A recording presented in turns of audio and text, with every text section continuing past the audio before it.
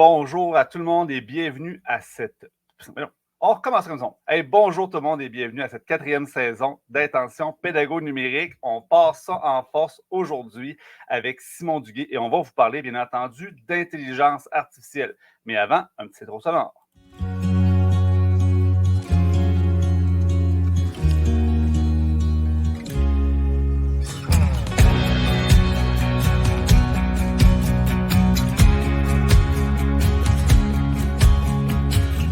Bienvenue à Intention Pédago Numérique.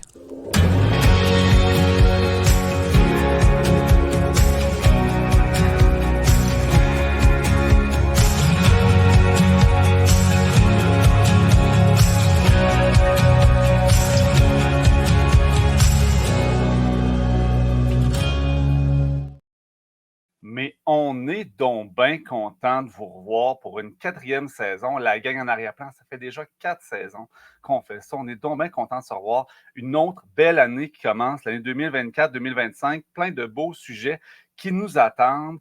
Entre autres, aujourd'hui, l'intelligence artificielle en éducation.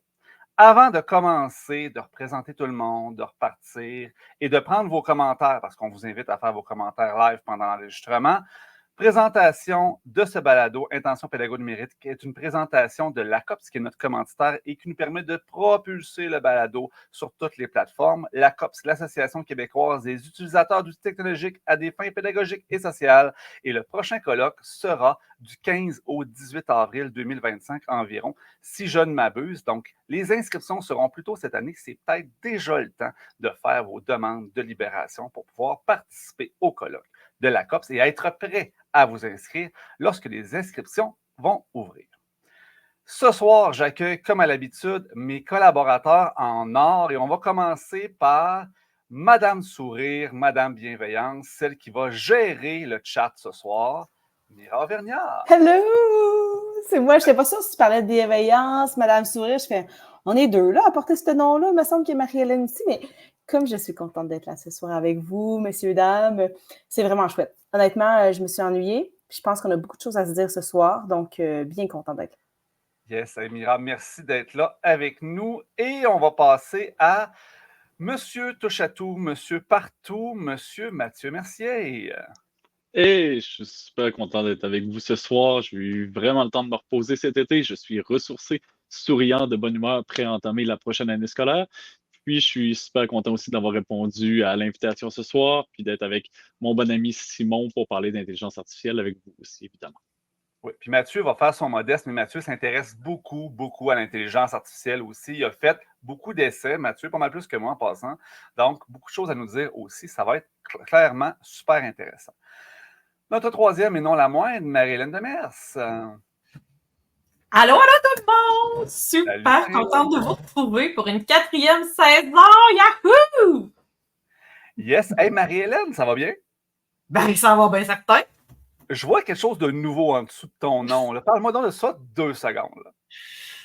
Là. J'ai très récemment, la semaine passée, donné ma démission en tant qu'enseignante en adaptation scolaire au Centre de services scolaires des navigateurs pour me lancer dans une nouvelle aventure comme conseillère pédagogique au récit de l'inclusion et de l'adaptation scolaire.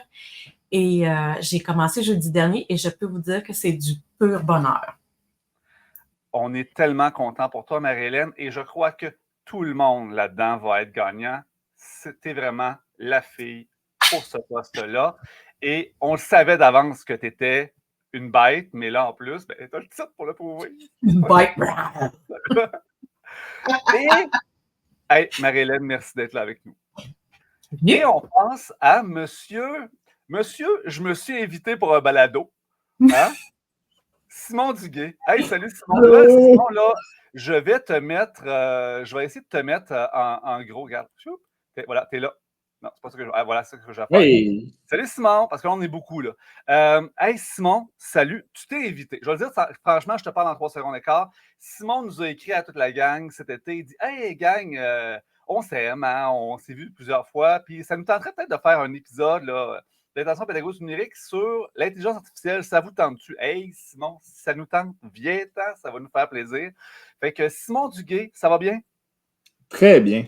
Les vacances achèvent, là, mais c'est correct. On va revoir les collègues, on va revoir tout le monde. C'est trippant, ça va être le fun. Yes. Hey, la plupart des gens ici et qui nous écoutent actuellement savent t'es qui, Simon. On a déjà fait un épisode avec toi à la COPS, on a appris à te connaître. Mais pour ceux qui arriveraient aujourd'hui, là, qui tomberaient des nues, c'est qui Simon Duguay? T'enseignes où? Tu fais quoi? Moi, à la base, j'ai un bac en enseignement des sciences. J'ai fait ma maîtrise sur l'enseignement de la programmation. Puis là, je donne depuis 6 ans un cours d'éducation aux médias à l'école secondaire de Rochdale. Fait que c'est un cours maison dans lequel on parle de citoyenneté numérique, on parle des nouvelles technologies, de programmation. Ça, c'est ma job. Et depuis que ChatGPT est sorti, je fais beaucoup de vulgarisation par rapport à l'intelligence artificielle. Je me suis beaucoup intéressé à ça. J'ai participé à quelques émissions de podcast. Des fois, je fais des chroniques à Radio-Canada. J'écris des choses sur le sujet. C'est vraiment mon dada, parler des nouvelles technologies en éducation puis dans la société en général. Donc, c'est un peu cette personne que je suis. Parfait. Et puis là, pour ceux qui vont te découvrir et qui vont dire, il est donc bien intéressant, Simon Duguay, il y a 2 places où est-ce qu'on peut te suivre. Tu gères un groupe et tu as une page aussi. Oui, donc pour ceux qui s'intéressent à l'intelligence artificielle en éducation, il y a le groupe Facebook ChatGPT et IA en éducation sur Facebook. Vous pouvez vous joindre à ce groupe-là. C'est juste super important. Il y a 2 questions que ça vous demande quand vous voulez vous joindre au groupe. Il faut répondre, sinon ça flush votre demande. Et aussi, j'ai une page Facebook Simon Duguay, le numérique vulgarisé, dans lequel je parle des nouvelles actualités technologies, pas forcément en éducation, des fois, mais de manière générale pour essayer de garder la population au courant des nouveaux développements parce que Dieu sait que ça va vite, les nouvelles technologies dans les dernières années. Donc, c'est un peu ça. C'est un peu mon dada, justement, parler des technos. Yes. Hey, merci d'être avec nous, Simon, aujourd'hui. Avant qu'on commence, parce que c'est tout le temps long pour faire la mise en place, c'est comme un début d'année scolaire. Hein? Moi, j'avais envie, parce que ça s'appelle Intention pédago numérique, j'ai envie de vous lancer une invitation ce soir. Le mot intention, il est important dans le titre du balado.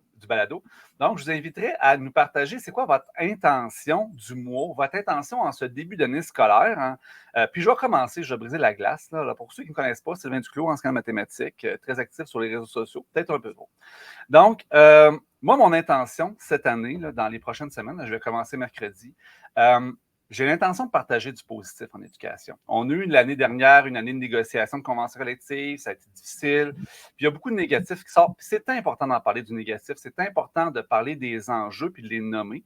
Mais je pense que c'est important aussi pour nommer, pour donner envie aux jeunes de faire une carrière en éducation, parce que je pense que tout le monde ici est passionné de son travail puis on adore ce qu'on fait. Bien, c'est important aussi de partager de belles histoires puis des beaux moments. Fait que ça, c'est un de mes objectifs pour cette année. Donc, ma première intention, puis je vous en donnerai un deuxième.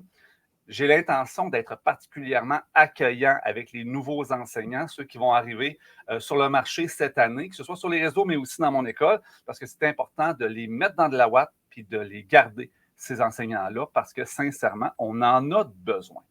Marie-Hélène, toi, c'est quoi tes intentions?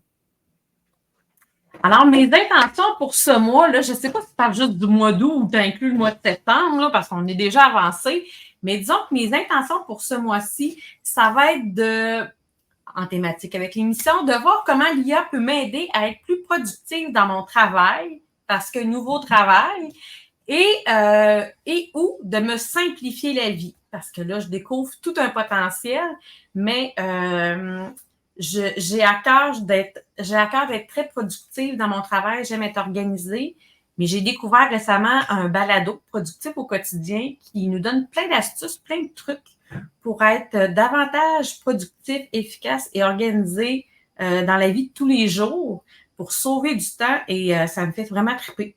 Donc, je veux aller chercher l'intelligence artificielle pour optimiser mon fonctionnement. Yes, hey, merci Maëlyn. C'est une belle intention. S'organiser, là, moi, ça me parle beaucoup. Hey, Simon, j'irai avec toi. En passant, je vais t'enlever là, du spotlight parce que c'est un petit peu intimidant. Vas-y. Ben, en fait, je vois dans les commentaires, il y a Véronique Payer qui a volé un peu mon intention que j'avais. Rester zen, adopter la zénitude, du moins pour le prochain mois, pour la rentrée.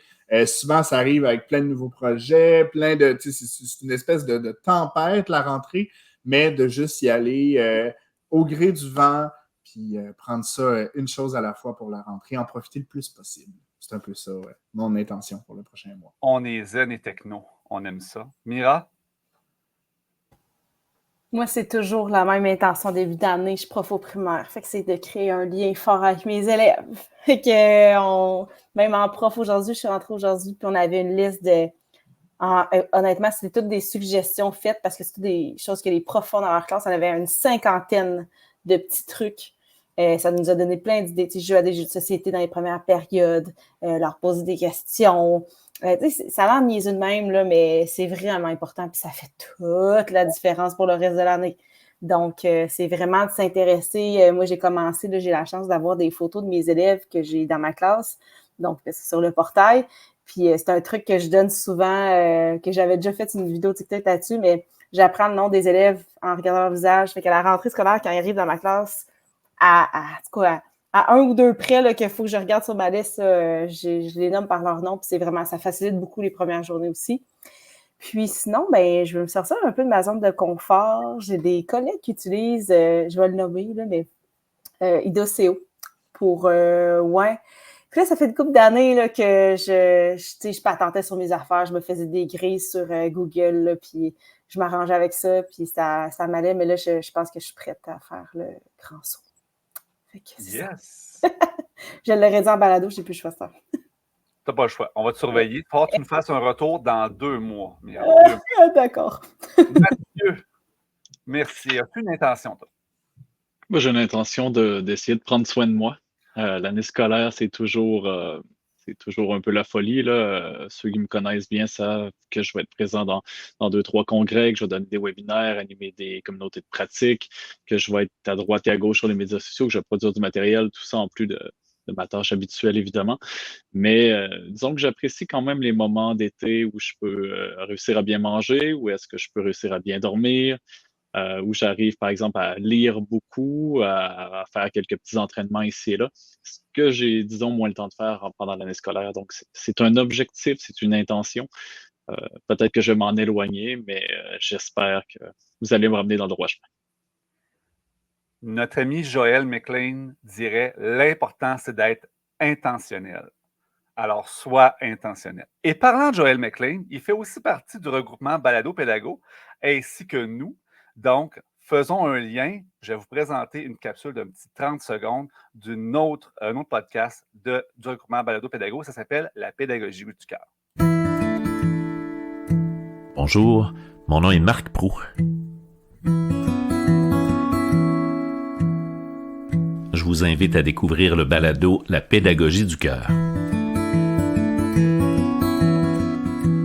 Si la pédagogie et tout ce qui entoure le monde de l'éducation vous intéresse, prenez une quinzaine de minutes et venez réfléchir avec moi et mes invités.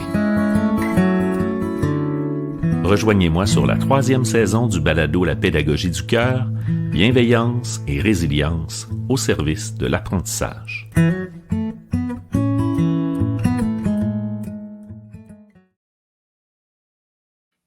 On l'aime d'amour, Marc. Alors, allez découvrir son balado, La pédagogie du cœur. Et c'est un format court, je crois que c'est moins de 20 minutes, donc ça s'écoute super bien. Hey gang, on est parti, puis je pense qu'on en a pour un méchant bout parce qu'il y a des choses à jaser en éducation. On s'est fait un plan, là, ça ne paraît pas pantoute, là. On risque de bifurquer là, à gauche, à droite. La première des choses, Simon, puis je m'adresse directement à toi, l'intelligence artificielle, c'est vaste. C'est pas juste ChatGPT. Il y a plein de nouveautés, il y a plein de développements, de choses qui sont intéressantes, qui sont sorties. Je pense que ça vaudrait la peine de se prendre un 10-15 minutes pour justement regarder c'est quoi les nouveautés, puis c'est quoi qui s'en vient, qu'est-ce qui va nous arriver dans nos pattes, puis qu'est-ce qu'on va pouvoir utiliser dans les prochaines semaines, prochains mois. Fait que je te lance la balle tout de suite, puis je pense que les autres vont vouloir réenchérir par la suite. Mais l'IA, c'est tellement de choses. Là. C'est un de ces espèces de termes parapluies qui englobe énormément de choses. C'est une technologie. Si on s'intéresse juste à l'IA générative, celle qui a été mise de l'avant avec la sortie de ChatGPT fin novembre 2022, quand tout le monde un peu a découvert qu'est-ce que c'était l'intelligence artificielle, bien que ça existait avant, le ChatGPT qu'on a connu en novembre 2022, il n'est rien comparé au GPT qu'on a maintenant, au modèle de langage, parce que c'est un l'IA générative de texte. C'est une technologie qui a beaucoup évolué, qui s'est perfectionnée, qui s'est multipliée. Il n'y a plus juste ChatGPT, il y en a plein d'autres. Google a le sien, Microsoft a le sien, Amazon a le sien, tout le monde a son IA. les intelligences artificielles sont rendues un petit peu partout aussi, là. Services à la clientèle, réseaux sociaux, à plein d'endroits, dans plein d'industries, c'est en train d'être implémenté. Et surtout, ce n'est plus que du texte. Quand on a découvert ChatGPT, c'était la génération de texte. Certaines personnes connaissaient la génération d'images qui avait comme commencé à devenir un peu populaire avant ChatGPT. Les DALL-E de ce monde qui génèrent des images qui, bien évidemment, se sont aussi améliorées. Très honnêtement, maintenant, une photo générée par image, par une intelligence artificielle, c'est rendu indifférenciable d'une photo qui est prise dans le sens où les meilleurs IA qui génèrent du contenu visuel, des images, on ne peut pas savoir que c'est une IA. Là. C'est trop bien fait, on dirait une photo. La génération de voix, de sons, de musique s'est développée aussi. Maintenant, il existe plein de sites web sur lesquels on peut dire « Je veux une trame sonore de musique rock avec du tam-tam. » Puis là, il y a une IA qui, comme nous, développe cette trame sonore-là. Maintenant, la génération de vidéos aussi qui est rendue accessible. Donc, c'est possible de créer ses propres vidéos dans différents styles à partir de requêtes, donc de prompts qu'on va écrire. C'est des technologies, comme je disais, qui se sont développées. Là. C'est plus juste le texte, c'est rendu la voix, c'est rendu les images, c'est rendu le vidéo. La compréhension de ces modèles-là aussi s'est améliorée. Maintenant, ChatGPT, la dernière version qui est en train d'être déployée, on peut lui parler de vive voix. Elle répond en temps réel. Son gros défaut en français, c'est qu'elle a un particulièrement très gros accent anglais. J'imagine que c'est quelque chose qui va être travaillé. Mais pour le moment, en anglais, on peut presque oublier que c'est une intelligence artificielle. En français, on n'est pas encore là. Mais c'est quelque chose qui se développe, bien évidemment. Je vous avais envoyé aussi la vidéo où on voyait ChatGPT qui présentait un élève qui faisait des mathématiques accompagné d'une intelligence artificielle qui lui expliquait ses erreurs et qu'est-ce qu'il voulait faire. Je ne suis pas en train de dire que c'est une bonne chose, mais je suis en train de dire que c'est une technologie qui s'en vient, qui va avoir un impact en éducation. Donc, c'est rendu beaucoup plus que ChatGPT. Plein de choses qui peuvent être super intéressantes, d'autres vraiment pas. Et c'est de se démêler dans tout ça. Là, un des objectifs, entre autres, là, pour ce soir, mais de manière générale, c'est ça.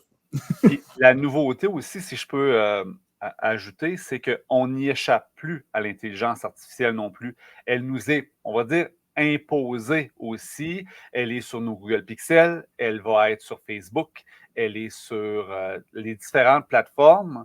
Puis finalement, elle fait partie de nos vies, qu'on veuille ou pas l'utiliser. Absolument. On n'a pas vraiment de moyen de s'en sauver, là. Autant que des fois, peut-être que vous écrivez au chat du service à la clientèle d'une compagnie, puis vous ne le savez pas, c'est une intelligence artificielle qui vous répond au lieu d'être un humain. Sur Snapchat, le premier contact des élèves ou des utilisateurs de Snapchat, c'est une IA. Sur Meta, à cette heure, tu peux taguer Meta AI dans n'importe quelle conversation de groupe, puis tu as l'IA qui s'en vient commencer à parler de choses. Donc, c'est effectivement, là, je vais utiliser le terme intrusif, là, c'est vraiment rendu un petit peu partout, qu'on le veuille ou non, malheureusement. Mais c'est ça. Maintenant, la question est, on s'en va où avec nos skis? Là? Qu'est-ce que ça change? Qu'est-ce que ça change dans nos classes?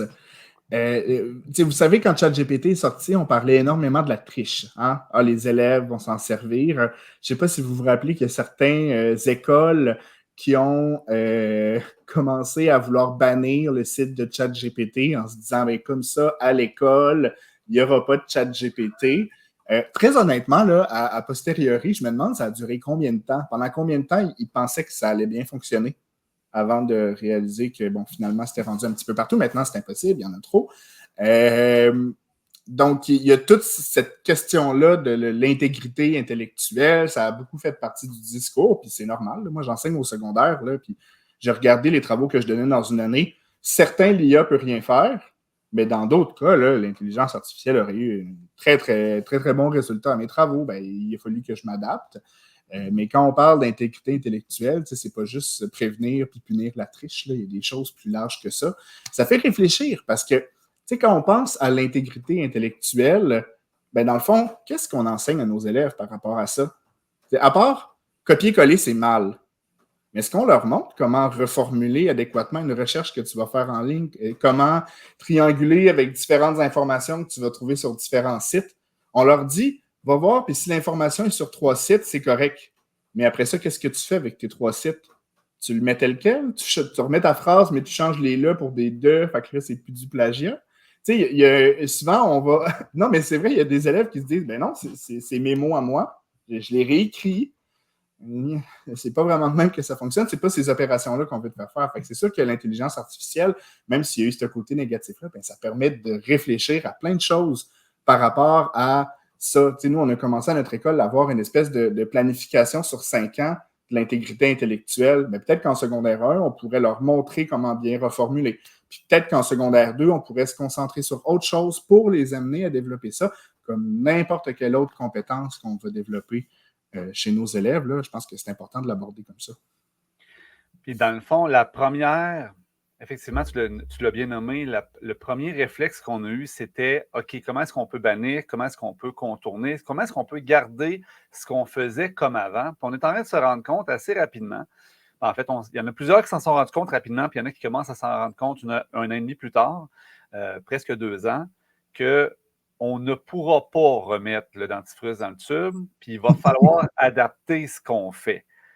Justement, les premières réactions, ça a été, par exemple, d'adapter par rapport à on va intégrer des images, on va demander à l'élève qu'est-ce qu'il en pense, etc. Est-ce qu'on est encore à jour ou on est un petit peu dépassé déjà par rapport à ça? Ben, ça dépend comment est-ce qu'on le perçoive. Puis là, il y a comme plein d'avenues qui se sont dessinées par rapport à ça. Tu sais, autant il y a l'approche de on éduque nos élèves, on en apporte, sans forcément leur montrer comment utiliser des IA. Tu sais, on peut décider d'aborder ce sujet-là en classe. Il y a toute l'avenue aussi de j'ai vu des études qui ont été faites dans certains pays, des profs qui montrent aux élèves comment programmer des intelligences artificielles ou comment utiliser le ChatGPT de certaines manières. Donc, je pense que comme système scolaire ou comme société, bien, on va avoir à se positionner. Qu'est-ce qu'on veut que nos élèves apprennent par rapport à ça? Dans le nouveau cours de CCQ, en 4e secondaire, il y a intelligence artificielle dans le programme. C'est une notion que l'enseignant peut aborder pour parler de tout ça. Mais en même temps, est-ce qu'on veut juste reléguer ça à ça? Est-ce qu'on veut voir ça de manière plus large? Est-ce qu'on veut l'aborder d'une manière interdisciplinaire? Est-ce qu'on veut juste qu'ils réfléchissent à la question sans l'utiliser? Ou on se dit, ben, tant qu'à y être, on va leur montrer comment s'en servir. Mais d'un autre côté, ben, est-ce que la manière qu'on leur montre là va être tant utile dans 5 ans? Ça va-t-il avoir changé? Peut-être pas. Il y en a qui disent, ben là, maintenant, dans les emplois, ils s'en servent, il faut qu'on leur en montre. Mais en même temps, la job de l'école, c'est pas forcément de former nos élèves à être des futurs travailleurs, plus qu'à être des futurs citoyens. Il y a énormément de réflexions à avoir sur le sujet, puis je pense que ça l'a pas terminé de faire couler l'encre, mettons. Yes. Justement, on a un commentaire super intéressant de Mélanie Grenier que je vais t'afficher ici à l'écran. Donc, personnellement, je veux amener les élèves à l'utiliser comme outil d'échange pour approfondir leur réflexion. Je travaille beaucoup sur le questionnement et je pense utiliser Bing avec les élèves pour qu'ils trouvent rapidement des réponses à certaines de leurs questions. Donc, on a un exemple d'utilisation ici là, qui peut être intéressant. Bing, je pense qu'on n'a pas de problème nécessairement avec l'utilisation, à moins qu'il ait été désactivé par le centre de service scolaire. Oui, parce que Bing, aux dernières nouvelles, il faut être connecté sur un compte Outlook. Certains centres de services scolaires, là, au niveau administratif, ne l'autorisent pas. Par contre, dans d'autres centres de services scolaires, il est débloqué. Là, ça reste dans la politique interne. Là, si on parle de Bing pour générer les images, c'est intéressant. Bing pour le texte, moi, c'est sûr que je ne suis pas encore rendu là avec mes élèves. Bon, pour le moment, le ministère, ce qu'ils disent, c'est qu'on est en train de rédiger un rapport. On va attendre que le rapport sorte avant de mettre de l'IA générative de texte dans les mains des élèves. Donc, moi, c'est sûr que je suis cette politique-là. Mais éventuellement, dans le futur, est-ce que ça pourrait être utilisé? Peut-être. Je lisais récemment une étude qui a été faite sur le sujet, en fait, qui ont analysé comment des élèves étaient capables d'utiliser des intelligences artificielles pour les aider à répondre à des questions, pour étudier, l'étude en question, c'était pour des maths de secondaire 3, comment les élèves pouvaient s'en servir pour réviser. Puis l'étude en question ont réalisé que de certaines manières, c'était négatif parce que l'élève apprenait moins, parce qu'il servait juste de l'IA pour répondre à ses questions de devoir. Puis dans le fond, lui, il ne regardait pas la démarche, il faisait juste écrire la réponse à la fin. Mais dans d'autres manières, si les élèves sont bien coachés, s'ils utilisent des IA qui sont faites pour ça, l'effet peut être positif pour les élèves. Ou du moins ne pas être négatif, là, ça dépend quelles études on regarde, mais il va y avoir des avenues intéressantes pour ça. Il va juste falloir prendre le temps de bien réfléchir à tout ça. Good. Puis, là, on parle, il y a moi et Simon, là, c'est actuellement. Mathieu, qu'est-ce que ça te génère comme questionnement, toi, actuellement? Ben, en fait, ce que je peux voir de la conversation actuellement, c'est que ça évolue rapidement. Il y a certaines possibilités. On a parlé de la génération de texte, la génération d'images, mais c'est tellement plus que ça. Faut être capable de se l'imaginer 3, 4 pas d'avance, de dire OK, on va être où dans 2 mois, comment bien s'y préparer.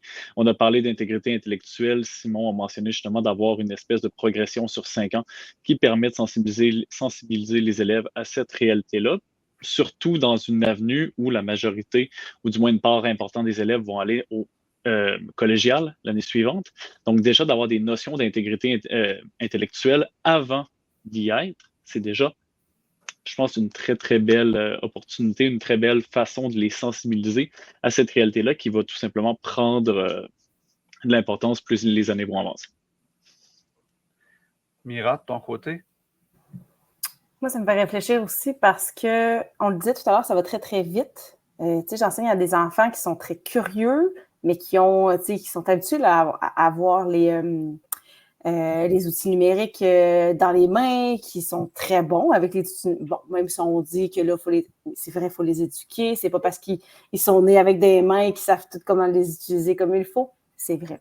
Mais ça vient très, très rapidement. Ils sont curieux et je pense que de se servir de cette curiosité-là naturelle, ça peut justement nous amener à avoir une meilleure réflexion avec eux en bas âge.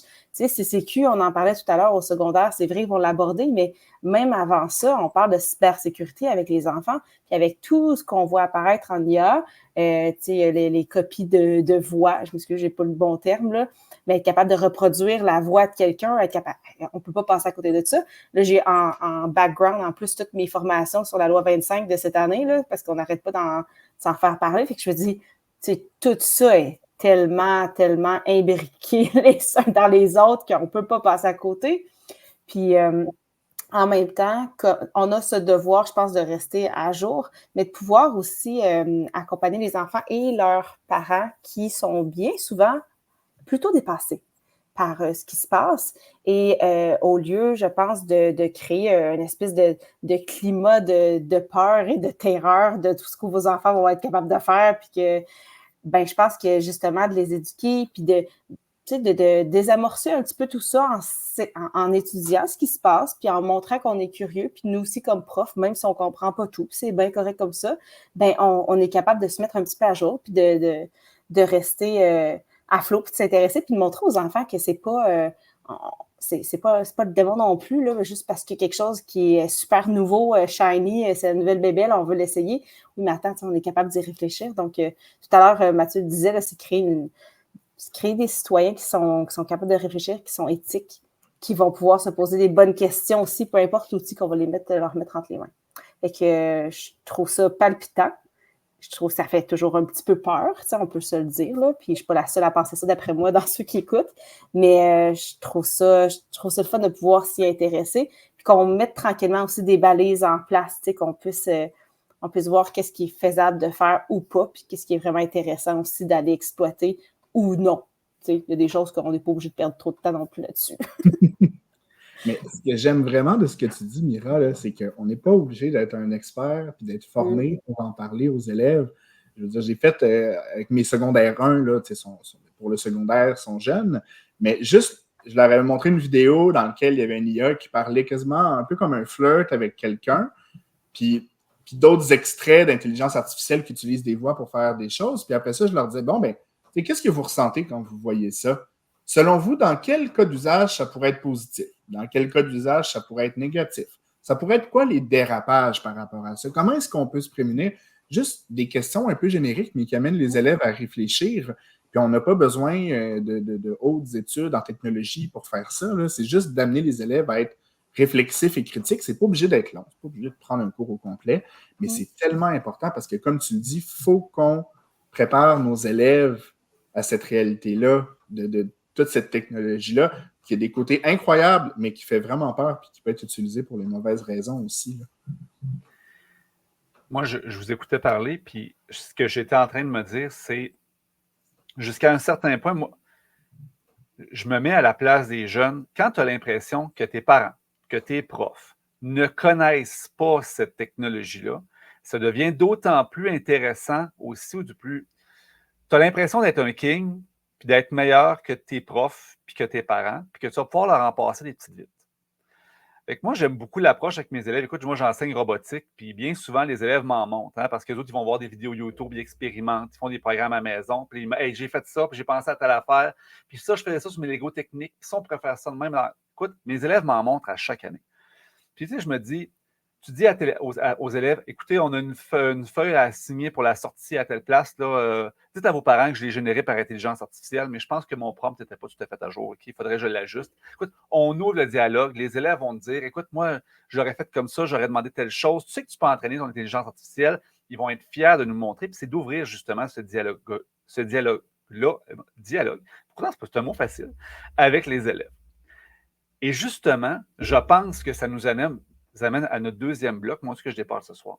Et Marie-Hélène, je le sais que tu as quelque chose que tu veux dire, mais je sais que dans le deuxième bloc, tu as plein de choses à dire. Fait que je te lance, Marie-Hélène. Et si on parlait d'intelligence artificielle avec les élèves? Vas-y, Marie-Hélène, je te lance. On ne t'entend pas. On s'entend pas. Ça me déstabilise vraiment parce que c'était vraiment un point par rapport aux élèves en plus. C'est fou comment tu me fais peur d'être connecté dans mon cerveau. En fait, pour faire un peu un lien avec ce que Mira disait tantôt, tu sais, je pense qu'on s'entend tout le monde sur le fait que oui, il faut développer la pensée critique chez nos élèves par rapport à l'IA. Oui, actuellement, comme professionnel de l'éducation, on se préoccupe énormément des enjeux qui ont un impact en éducation, mais si on veut préparer adéquatement nos élèves à l'IA, parce qu'ils n'auront pas toujours 6, 7, 12, 15, 13 ans, je pense qu'il faut aussi aller penser plus large que l'éducation. Parce que l'IA a des enjeux dans tous les domaines. Elle en a en santé, elle en a en sécurité, elle en a en termes d'équité, de société parmi les minorités.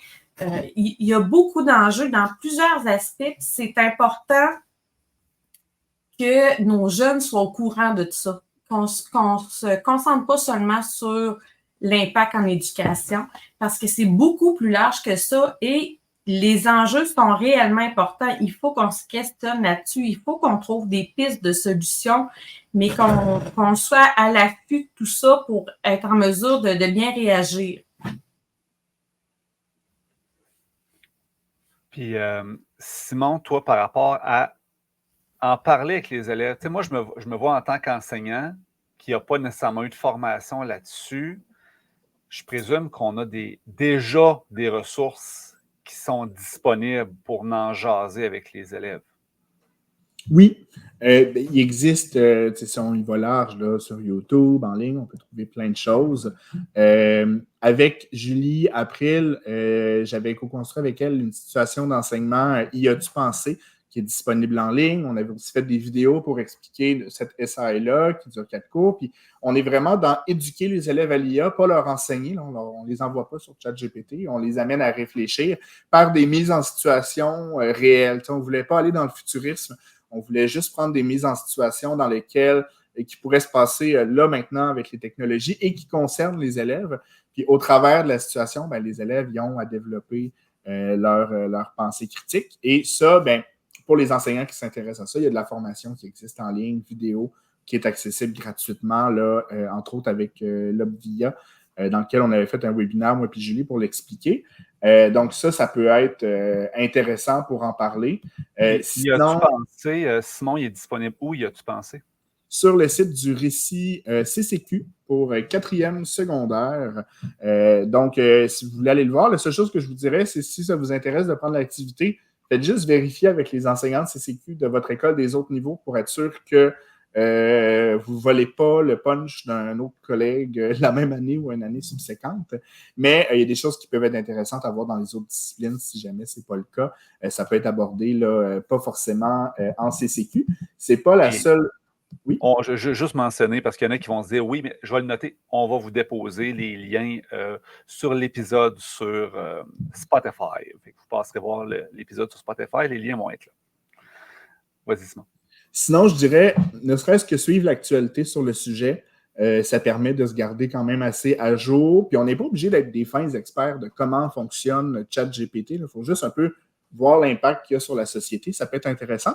Sinon, il y avait une autre SAE qui avait été entre autres créée par les récits. Donc, je ne sais pas si Mathieu, tu veux faire un bond là-dessus.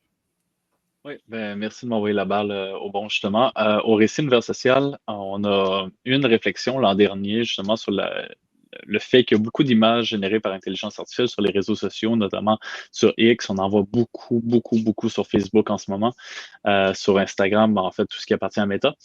Et donc, on a eu la réflexion de dire comment amener l'élève à identifier les images générées par intelligence artificielle, mais surtout comment l'intégrer dans ce qu'on appelle l'analyse iconographique en histoire et en géographie.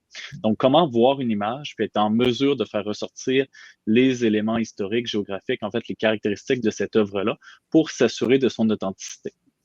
Donc, on a eu cette réflexion-là de proposer dans des SAE des images générées par IA qu'on a nous-mêmes produites, mais via les plateformes, bien évidemment, et on a confronté les connaissances de l'élève à ces images-là.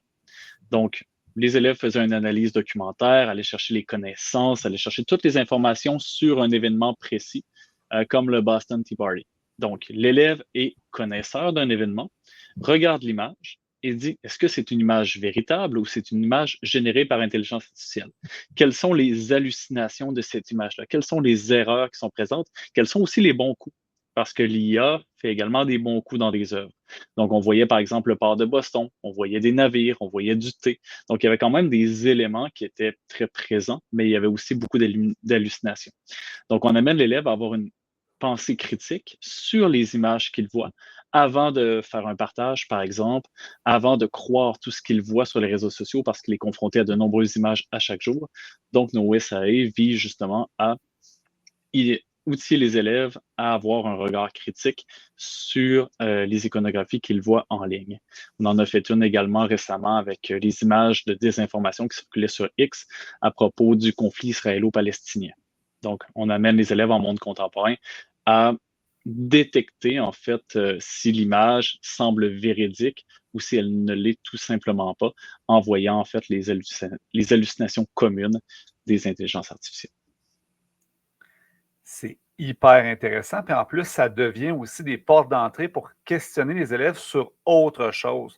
Donc, par exemple, sur les billets de confirmation, hein, sur la façon aussi dont on réagit à des posts qui vont susciter de l'émotion, etc. Donc, quels sont les outils qui sont utilisés par les personnes qui génèrent, par exemple, des images frauduleuses grâce à l'intelligence artificielle? Quels sont les stratagèmes qu'ils utilisent justement pour créer de la rétention puis de l'engagement. Donc, c'est vraiment une ouverture sur plus large que l'intelligence artificielle, mais ça en fait partie. Marie-Hélène, voulais-tu rajouter quelque chose là-dessus, toi, je pense? Non, ça va bien. Mira? Oui, vas-y. On dirait que le bouton du son est super loin ce soir. Je comprends pas mes doigts, en tout cas. Oui, ce que je voulais dire tout à l'heure, c'est par rapport à ce que Simon avait dit au niveau, tu sais, de où est-ce qu'on peut aller chercher des ressources qui peuvent nous aider. Puis ça me faisait penser à ce que j'avais fait l'année dernière. J'ai une maman qui travaille avec des drones, là, je vais faire une histoire courte, mais qui utilise l'intelligence artificielle sur ces drones et sur l'analyse, en fait, qu'ils en font pour aller détecter des failles dans les ponts.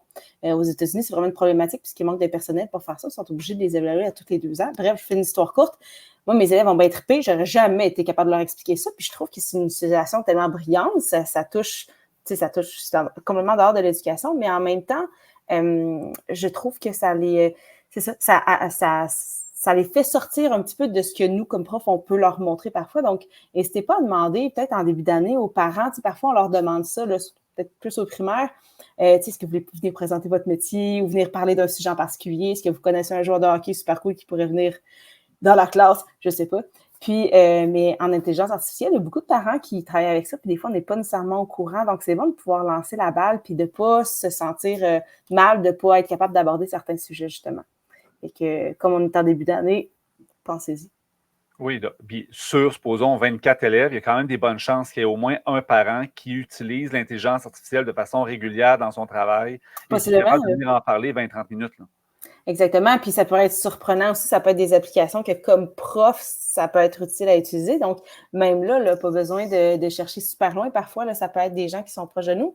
Puis, je trouve que ça crée des beaux liens aussi de dire, écoutez, tu sais, c'est quelque chose que nous, on est curieux, on veut pouvoir en parler avec nos élèves, mais non, on n'est pas détenteur de tous les savoirs. Donc, je trouve que c'est belle coéducation encore là.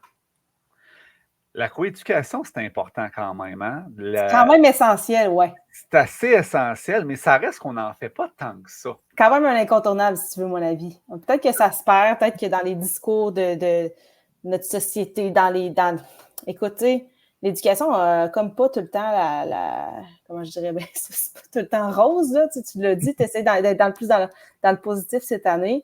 Fait que c'est dur pour des parents parfois de sentir que, crime, on aime ça, là, on aime ce qu'on fait, là, fait qu'il faut pas oublier de leur dire, là, j'aime ça, là, je trippe, j'aime ça ce que je fais, fait que n'hésitez pas à proposer, à vouloir venir en classe, tout ça, parce que c'est un travail d'équipe, cette histoire-là, là, on le sait, fait qu'on n'est pas juste là pour leur taper ses doigts si les enfants se couchent trop tard la fin de semaine.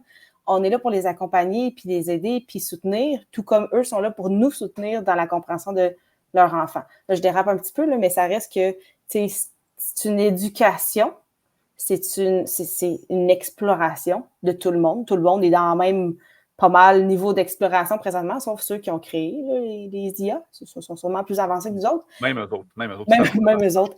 Mais en bout de ligne, on est tous dans le même bateau là-dedans, fait qu'on ne sera pas d'accord, là, tant mieux si on peut s'entraider à mieux comprendre, puis à trouver ça intéressant, puis à ne pas se faire de peur pour rien non plus.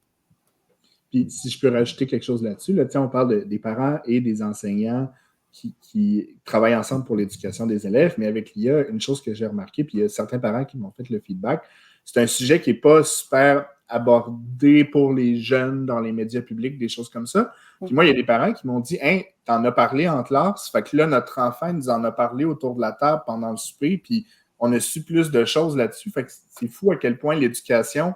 Et là, c'est comme, oups, la situation qui se renverse, mais ça peut être super intéressant pour ça. J'ai déjà des parents qui m'ont dit, écoute, on n'avait aucune idée comment ça marchait les élections américaines, mais soudainement, on en sait beaucoup plus. J'étais comme, ben oui, on en a un petit peu parlé en classe. On a montré des vidéos, je trouve ça important. Fait que voilà. Mais tu sais, c'est ça la coéducation. C'est une équipe. Fait que je trouve ça le fun de pouvoir collaborer là-dedans, c'est important. Mais si on n'ose pas le demander parce qu'on pense que, oh mon Dieu, vu que je ne le sais pas, ils vont penser que je ne suis pas assez haute. C'est pas vrai, là. Puis la fierté des jeunes, tu sais, dans cette situation-là, la fierté du jeune qui est capable d'expliquer quelque chose à ses parents, à son grand frère, à sa grande sœur, écoute, ça vaut de l'or, là. Ben, la fierté de dire j'ai changé le coco qui voulait être YouTuber à finalement, je vais peut-être travailler tu sais, je vais travailler dans les drones. Ah oui, tel. Tu sais, on est capable aussi de leur présenter diverses avenues, des réflexions intéressantes c'est ça. Fait que on ne les forme pas pour un métier, mais en même temps, c'est important aussi qu'ils sachent qu'il y a tellement d'avenues possibles. Tu sais, c'est pas les brimer parce qu'ils trouvent ça super cool d'être YouTuber. En tout cas, c'est cool des YouTubers aussi. Rien comme ça. C'est vraiment cool. Les YouTubers, les TikTokers sont vraiment cool. Exactement. C'est vraiment pas la cloche. C'est super intéressant. Je vois l'heure passer, par exemple, puis je pense qu'un de nos gros thèmes, je pense que pour nous, les enseignants, les conseillers pédagogiques, les directions qui nous écoutent peut-être, l'intelligence artificielle à notre service, je pense que c'est vraiment un thème qui est important, particulièrement en ce fait qu'il faut qu'on l'utilise, l'intelligence artificielle, pour être à l'aise. Donc, au lieu de chercher des façons de la contourner, etc., si on devient des utilisateurs, on va être bon, ou du moins meilleur, pour être capable d'en parler puis de travailler avec nos élèves. Qu'est-ce que vous voyez comme avenue pour que l'intelligence artificielle vous aide dans votre travail? Supposons qu'on se dit qu'on se fait un petit tour de table de choses que on rêve ou on aimerait. Puis on se dit, hey Simon, dis-nous si on est dedans, là, tu sais, genre sur une échelle de 1 à 5, à quel point c'est possible. Ça te tente dessus? D'après ce que tu as vu, OK? Fait qu'on commence avec Marie-Hélène. Une affaire. Hey, Justine! On commence par une. OK, je me suis amusée tout à l'heure. Là, j'y vais sur un plan personnel. Ça marche-tu? En tant qu'adulte? OK, j'ai demandé à Copilote de m'aider à faire une liste de bagages pour un futur séjour au manoir Richelieu entre le 20 et le 24 août, en considérant la météo. qui étaient prévues, mais aussi les activités que je pourrais vouloir faire dans le coin. Et là, wow! Il m'a sorti toute une liste, mais en plus avec des sections. Des vêtements frais parce que le soir annonce en temps, des vêtements de pluie parce qu'il annonce la pluie, des vêtements de sport d'extérieur. Pense à amener ton maillot parce qu'il y a une piscine intérieure puis extérieure là-bas, puis il y a des spas, telle affaire. Donc, j'ai été quand même très impressionnée quand l'intelligence artificielle te fait un gros bout de même. Là, il en reste plus bien à ajouter dans ta liste après pour t'assurer que tu n'as rien oublié. Donc, je me suis amusée aujourd'hui. Et moi, j'aime cet exemple-là parce que ce que ça dit, c'est faut que tu repasses par-dessus. L'intelligence artificielle te fait un rough et c'est le genre d'exemple qu'on peut donner aux élèves. Regarde, j'ai fait ça, mais je vais réaméliorer ma liste par la suite. Même chose que si je fais générer un texte, je vais le réaméliorer, je vais valider la validité. On s'entend que Simon, ça, c'est le genre d'utilisation qui. Hein?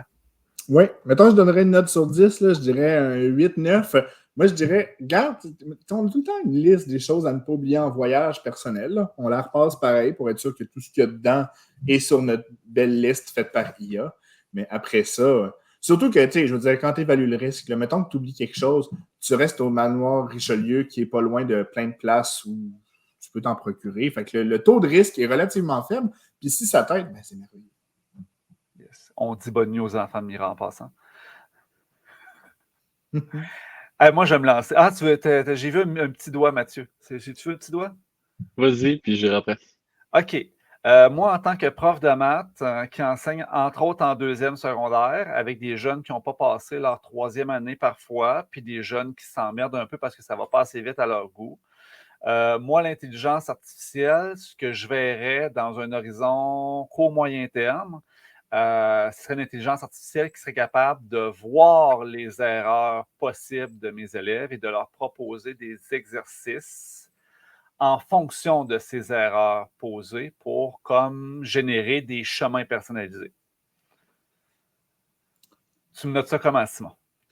Je note ça que justement, il y a 2 semaines, je lisais une étude là-dessus.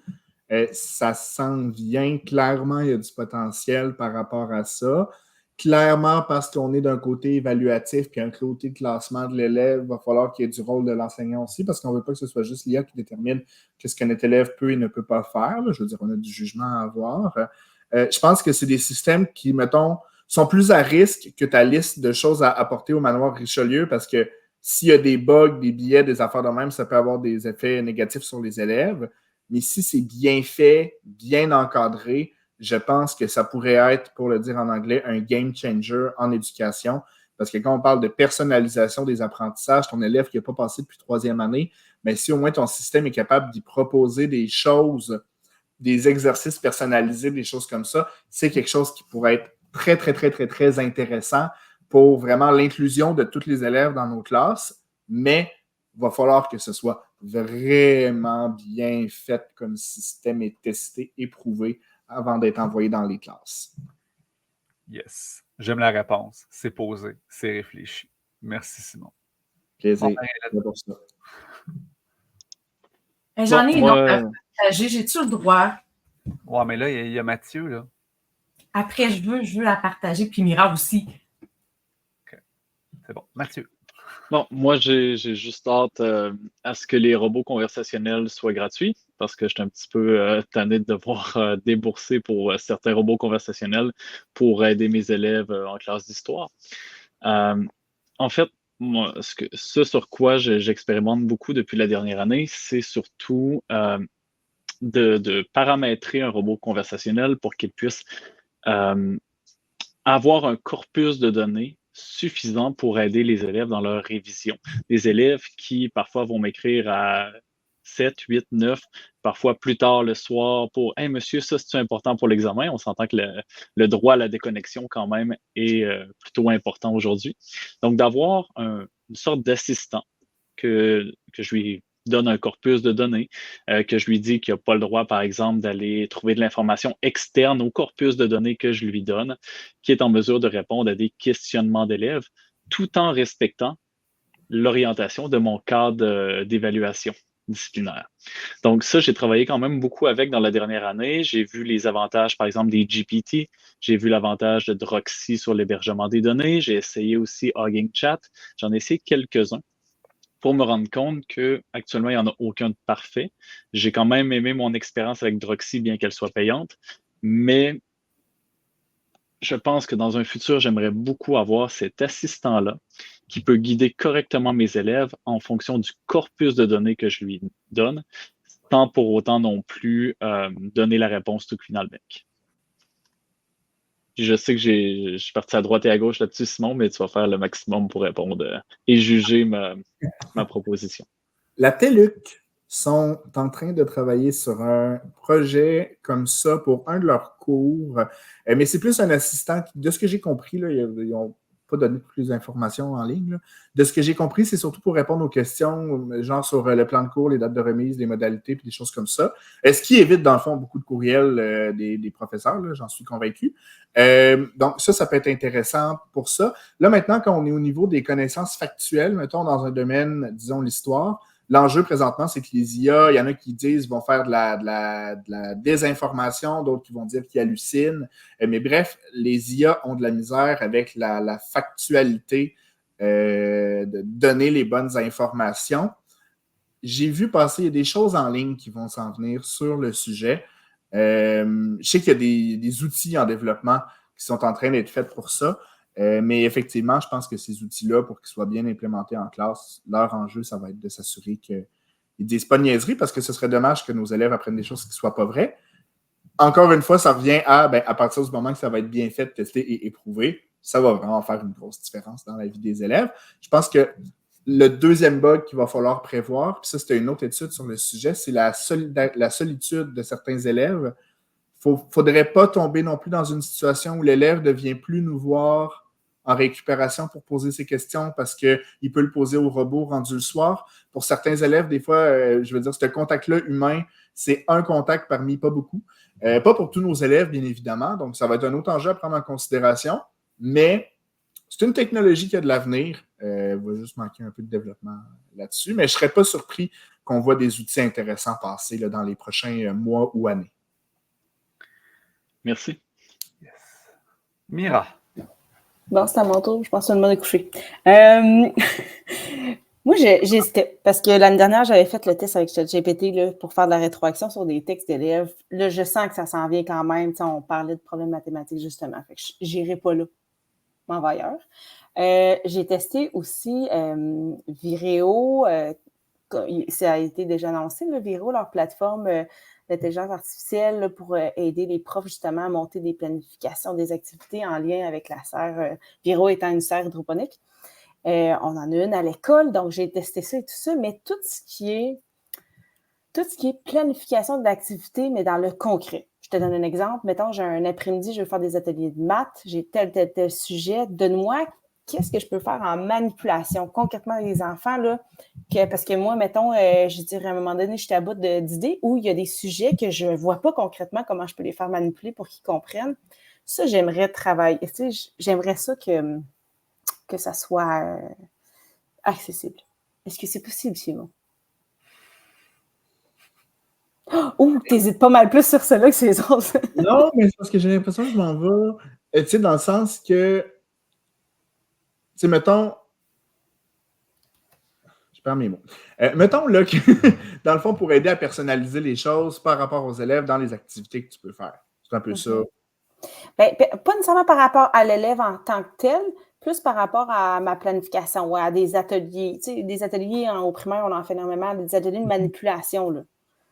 Bien, ça, avec des choses comme ChatGPT et ton jugement professionnel, bien, c'est des choses qui peuvent bien se faire. À partir du moment que tu sais comment faire des bonnes requêtes sur des sites comme ChatGPT, tu pourrais lui dire, mettons que toi-même tu as créé un atelier sur un sujet, bien, tu pourrais aller dans ChatGPT en disant, je dois aborder ces concepts là. Voici un premier atelier que j'ai fait. Là, tu le copies-colles. Il faut que ce soit à toi. Si c'est en ligne, prends-le pas parce que, bon, droit d'auteur. Mais après ça, tu peux lui dire, ben, propose-moi 5 ateliers similaires qui touchent les mêmes concepts, mais qui ne sont pas pareils, mettons. Puis là, ben, ChatGPT va pouvoir t'en proposer. Mettons que tu en proposes 5. Puis mettons que le numéro 4, tu dis, hey, wow, c'est une bonne idée. Tu peux, dans la même conversation, marquer donne-moi plus de détails avec des protocoles, des mises en situation, blablabla, pour le numéro 4. Là, il va se mettre à te le proposer. Il faut garder notre jugement professionnel. Mais ça, c'est le genre de choses qui sont déjà vraiment faciles à faire sur des sites comme ChatGPT. J'avais peut-être été déçue par les premières fois que j'avais testé sur ChatGPT. Probablement qu'il y a une certaine amélioration depuis le temps, là, j'imagine. Là. Je te dirais, donne des détails, sois le plus prévu possible, puis obstine-le. Mettons qu'il te propose quelque chose, puis tu es comme « Ah, ça c'est intéressant, mais ce point-là, je ne suis pas à l'aise. » Tu lui dis pour qu'il change. J'avais déjà vu l'expression, c'est comme un stagiaire qu'il faut vraiment, vraiment beaucoup superviser, puis tout le temps, tu es en train de regarder un petit peu qu'est-ce qu'il fait. Mais tu lui dis « Ah non, ça, ce point-là, j'aime pas ça, je change ça. » Puis là, après ça, ça te permet de te diriger tranquillement vers du contenu que tu trouves intéressant.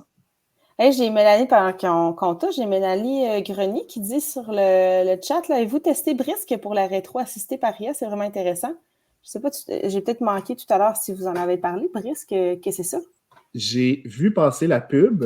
J'ai été assez intrigué pour l'épingler dans mes onglets. C'est dans ma to-do list de la rentrée. Mais dans le fond, Brisc, là, comment ça fonctionne? C'est que, mettons que tu as un texte d'élève dans Google Docs. Puis là, tu fais une courte rétroaction, puis lui, il va adapter ta rétroaction au texte. Fait que, mettons que tu trouves que le texte manque d'exemples. Tu peux lui dire juste « ça manque d'exemples ». Puis lui, ce qu'il va faire, c'est qu'il va prendre le commentaire, puis il va comme l'écrire au long en faisant des liens avec ce que l'élève a écrit. Mettons que tu marques « ça manque de clarté ». Là, il va te faire une belle phrase après ça, puis il va dire « bon, par exemple, dans cet exemple-là, tu aurais pu spécifier ça, tu aurais pu rajouter ça ». Fait qu'il prend ton commentaire qui est générique et court, puis il l'adapte en allant chercher des éléments puis en le proposant à l'élève des améliorations par rapport à son propre texte. C'est ce que j'ai compris de la publicité. Je ne l'ai pas encore essayé, mais je pense que ça va. En tout cas, moi, il m'a assez titillé pour que j'aille voir. Merci. Intéressant. Je te reviens, Marie-Hélène, puis on a plein d'autres choses qu'on veut vous proposer aussi sur comment être assisté puis être plus efficace grâce à l'intelligence artificielle. Mais vas-y, Marie-Hélène.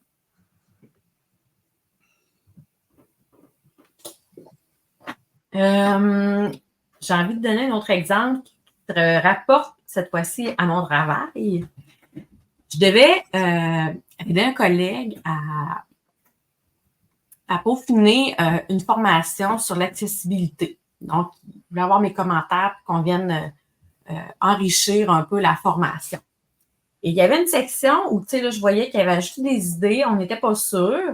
Pas qu'on n'était pas sûr, mais il y avait des ajouts d'idées, puis on se demandait si on pouvait compléter. Et la section, c'était « Voici des raisons pédagogiques qui indiquent que penser à l'accessibilité des documents est essentiel pour l'ensemble des élèves. » J'ai demandé à ChatGPT de me trouver d'autres raisons pédagogiques de rendre les documents accessibles parce qu'on veut convaincre les professionnels en éducation de rendre leurs documents, leurs ressources numériques éducatives plus accessibles. Et là, je vous dis, là, il m'en a sorti, il les a encore catégorisés là, avec des thèmes. Il m'en a sorti plusieurs auxquels on n'avait pas pensé avec des super bons arguments. Fait que tu sais, un coup qui me reste juste à évaluer ce qu'il me propose, prendre ce que je trouve pertinent, fusionner ça avec ma liste. Tu sais, ça donne un coup de main. Ça fait pas toute la job à ta place, mais ça vient compléter un peu tes idées parfois quand on manque d'arguments, on manque d'idées.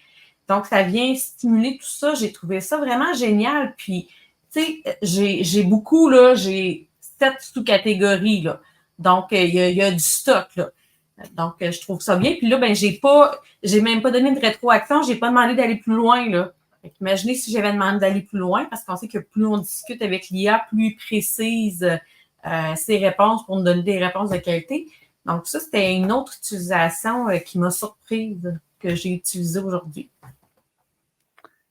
Il est 21h. Il est 21h, gang. L'intelligence artificielle, il est 21h. Sylvain, moi, j'aurais le goût de parler un petit peu, de m'adresser aux néophytes. Est-ce que ça serait le bon moment? Ben écoute, moi, je pense que s'ils ne sont pas encore allés se coucher, je pense que dans les 138 personnes qui nous écoutent actuellement, il doit en avoir 2-3 néophytes. Fait qu'on va leur parler. Vas-y, de toute façon, il est 21h.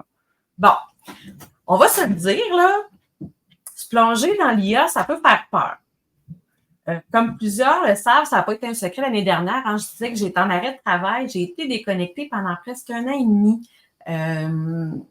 de l'éducation en général. Là, j'étais avec vous en balado, mais j'ai pas fait de formation, je me suis pas tant tenue à jour pendant cette période-là.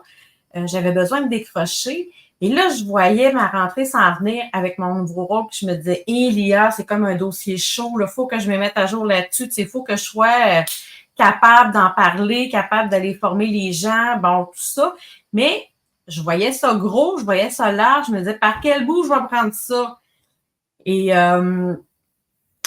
première chose que j'ai réalisée, c'est qu'en fait, l'IA, tu sais, des fois, là, les technologies ou les nouveaux concepts, moi, j'ai réalisé que c'était plus facile pour moi de se les approprier dans ma vie privée d'abord pour ensuite les utiliser dans mon travail. Quand les iPads sont arrivés dans ma classe, vous savez que maintenant, je suis une maniaque d'iPad. Hein? Sylvain dit des fois que je vais avoir des redevances d'Apple. Mais avant, je ne savais pas l'utiliser, mais c'est le jour où j'ai changé mon téléphone pour un iPhone que j'ai commencé à me familiariser et à apprendre des choses, puis j'ai été moins anxieuse de me familiariser avec cette technologie-là. Et j'ai été super chanceuse parce que je suis tombée dans les consignes qu'on avait au travail la semaine passée. On devait aller tester la future auto-formation du campus Récit sur l'intelligence artificielle. Donc, découvrir l'intelligence artificielle au service de l'éducation.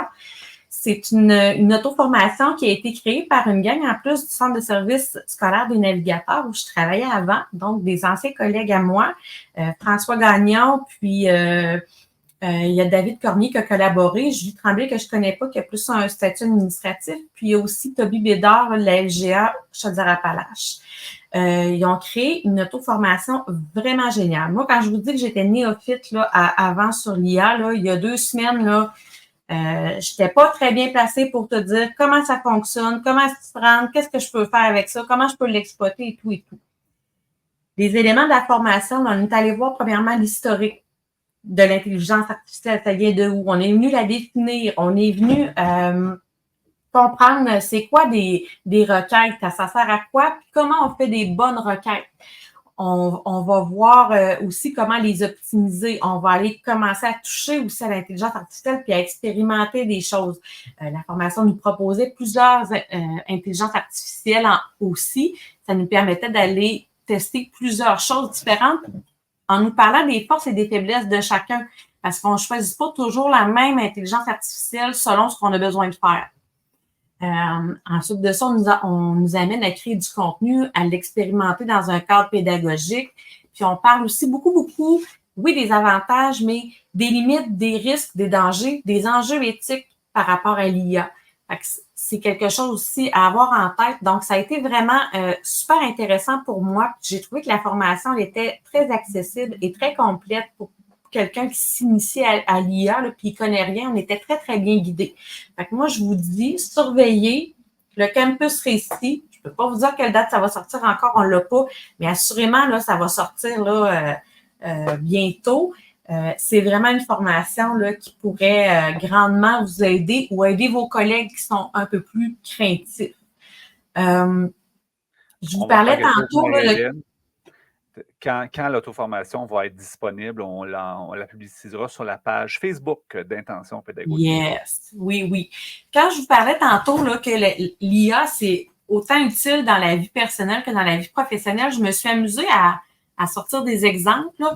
Entre autres, moi, j'ai découvert que, l'IA peut nous aider à rédiger des courriels. Tu sais, des fois, on ne sait pas trop comment répondre à quelqu'un. Ça peut être délicat, ça peut être complexe ou c'est un long courriel.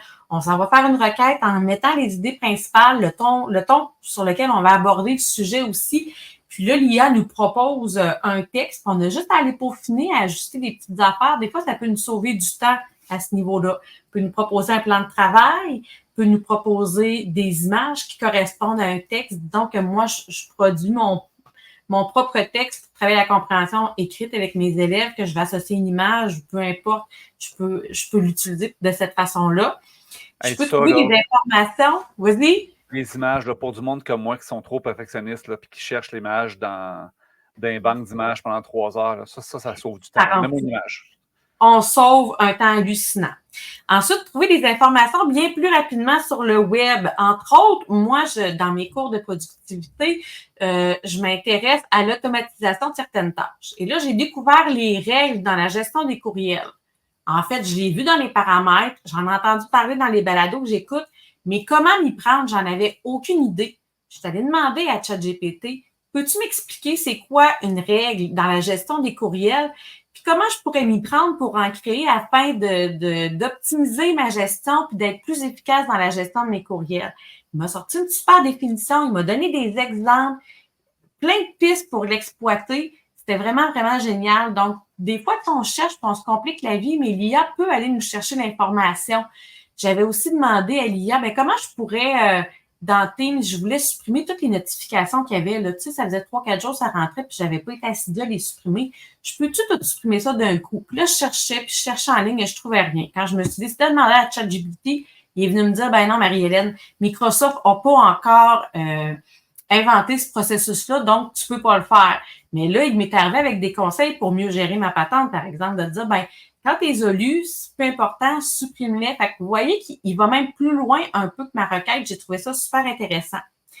Une autre application aussi, aller vérifier des règles d'accord dans un texte. Fait que ça, c'est intéressant pour nous, mais surtout aussi pour les élèves. Donc, ça ne vient pas corriger ton texte, mais hey, je me questionne dans cette phrase-là, ce mot-là, est-ce qu'il devrait être accordé au pluriel? C'est quelque chose que je peux demander à ChatGPT, puis il va même m'expliquer oui ou non, mais pourquoi. Et finalement, j'ai découvert aussi dernièrement que certaines applications ou plateformes proposent même l'intégration de l'IA pour nous proposer, on est dans la gestion des horaires, des calendriers puis des listes de tâches en productivité. Il y a des applications qui sont disponibles, qui nous permettent de demander à l'IA, écoute, j'ai cette liste de tâches-là à faire, j'ai évalué le temps, j'ai les priorités.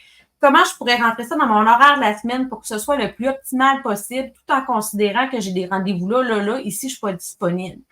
Et blanc, l'intelligence artificielle te propose quelque chose. Donc, tu as déjà des pistes de solutions qui peut t'en proposer 2-3 scénarios. Tu as des pistes de solutions, puis après, tu fais juste à faire 2-3 ajustements. Et là, tu sauves du temps en tabarouette pour planifier ta semaine. Fait que c'est une vraie petite mine d'or. Honnêtement, l'intelligence artificielle, je ne pensais pas que ça pouvait nous être aussi utile au quotidien et que c'était aussi facile à utiliser. Donc, lancez-vous, sortez de votre zone de confort et aidez vos collègues aussi à se l'approprier. Ça vaut la peine.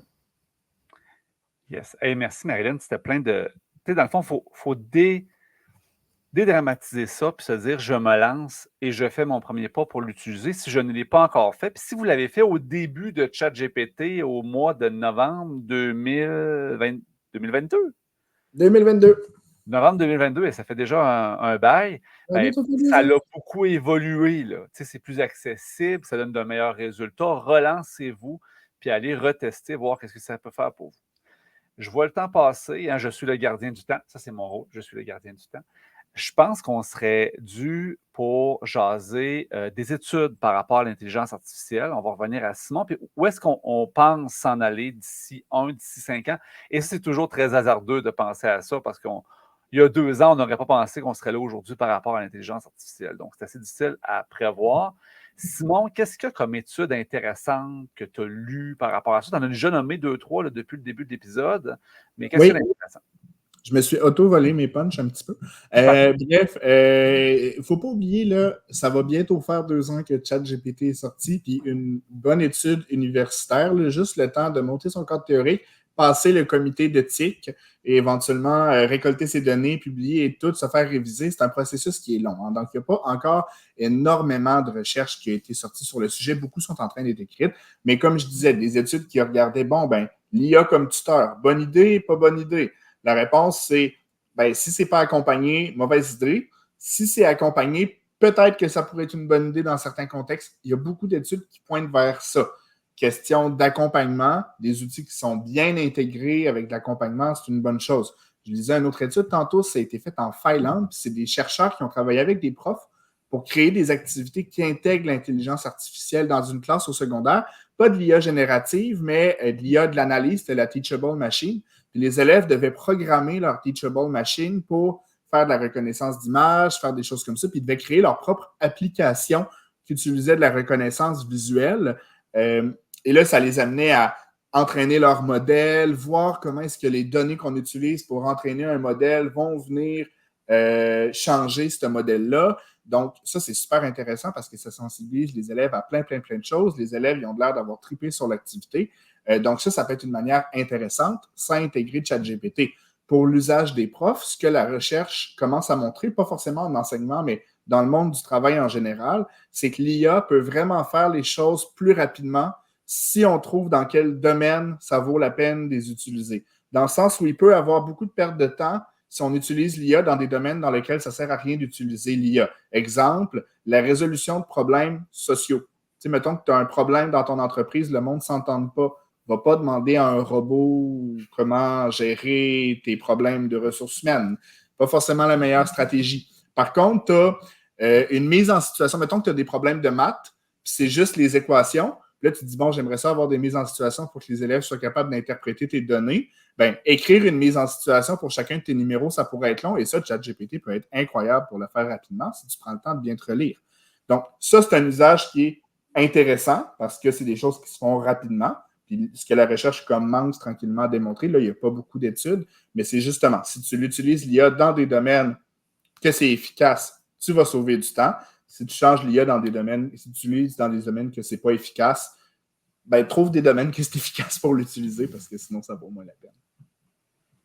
Donc, ça, c'est du mot des études. Est-ce qu'il y en a d'autres parmi mes collaborateurs qui ont lu des études sur l'intelligence artificielle? On a laissé ça à Simon. Hein? Ça a bien été par rapport à ça. On s'entend effectivement que d'avoir des études puis savoir exactement quels sont les effets à court, moyen, long terme, c'est très difficile parce que c'est tellement nouveau puis il y a tellement déjà eu de changements qui sont arrivés que, tu sais, le ChatGPT, par exemple, il y a 2 ans, ou le DALL-E d'il y a 2 ans, puis ce qu'on peut faire aujourd'hui avec c'est Sora, je pense, pour la vidéo, ça n'a pas rapport. Là. C'est complètement différent. Ah, c'est complètement différent. Puis même la génération de vidéos, c'est encore un petit peu... des fois, il y a une jambe qui apparaît de nulle part, mettons. Là. Mais je suis pas mal sûr que d'ici 2 ans, ce soit sur le nombre de doigts, un œil de trop. Bon, mais pas mal sûr que d'ici 2 ans, ça va être un problème qui va être réglé. Puis là, je vois le commentaire de Véronique Pailleur, la désinformation.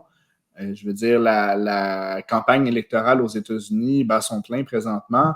Et c'est le free-for-all de la désinformation, les deepfakes de Kamala Harris qui dit que la Corée du Nord, c'est son meilleur ami, puis que là, Trump qui partage une image que comme de quoi Taylor Swift est pour Trump. Bon, l'image n'était pas super réussie. Par contre, le deepfake de Kamala qui a été partagé par Elon Musk, lui, était super. Pour de vrai, tu ne suis pas trop la politique américaine, tu es convaincu, tu l'écoutes, puis c'est le genre... Tu t'en rends pas compte que c'est un robot. Là. Si tu connais la politique, tu te dis, voyons donc, elle n'aurait jamais dit ça. Cela étant dit, ça vise certains publics, ces genres de choses-là. Donc, je pense que pour le côté négatif, effectivement, là, la désinformation, puis ça, c'est quelque chose sur lequel on peut travailler dans les écoles. On peut travailler ça dès maintenant et même de façon déconnectée avec nos élèves. Puis, Fait que si jamais ça vous rend stressé ou anxieux, la désinformation, passez cette anxiété-là, on va la canaliser avec montrer ça à nos élèves. Je pense que c'est une bonne manière de... Oui, puis il y a un élément que je voulais ajouter à ça, c'est de dire que on attend des orientations, on se dit, bon, j'oserais pas nécessairement agir avant les orientations, mais en même temps, lorsque les orientations vont avoir été publiées, vont avoir été rendues publiques, il va y avoir eu un travail de plusieurs mois pour la publication d'un rapport, il y a de fortes chances que le rapport, au moment de sa publication, soit déjà désuet, ou du moins qu'il le soit partiellement. Donc, ça amène quand même une certaine problématique, cette vitesse-là à laquelle ça évolue. On peut se demander si le plateau est atteint, ou du moins la pente, elle est beaucoup moins abrupte qu'elle était il y a 1 an et demi. Peut-être qu'on se stabilise un petit peu progressivement, mais ça reste qu'il y a certains rapports qui ne seront plus valables peut-être dans le prochain 6 mois, dans la prochaine année.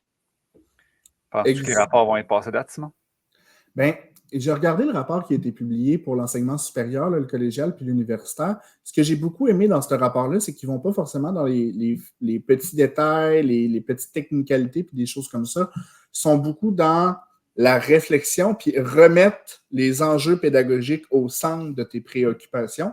Donc, je pense que si le rapport pour la formation des jeunes, ils vont vraiment sur c'est quoi les grandes lignes, les balises éthiques, les considérations pédagogiques qu'on doit avoir, mais ça, c'est quelque chose qui ne changera pas. Ensuite, qu'est-ce que l'IA va être capable ou pas capable de faire, c'est sûr que ça va évoluer, là. Je pense qu'on n'a pas encore fini d'entendre parler de nouvelles fonctionnalités qui sont incroyables ou font particulièrement peur. Mais c'est ça. Puis Simon, là, on parlait des études, puis je comprends bien, mais on s'en va où? On pense qu'on va être où dans 1 ou dans 5 ans par rapport à l'intelligence artificielle?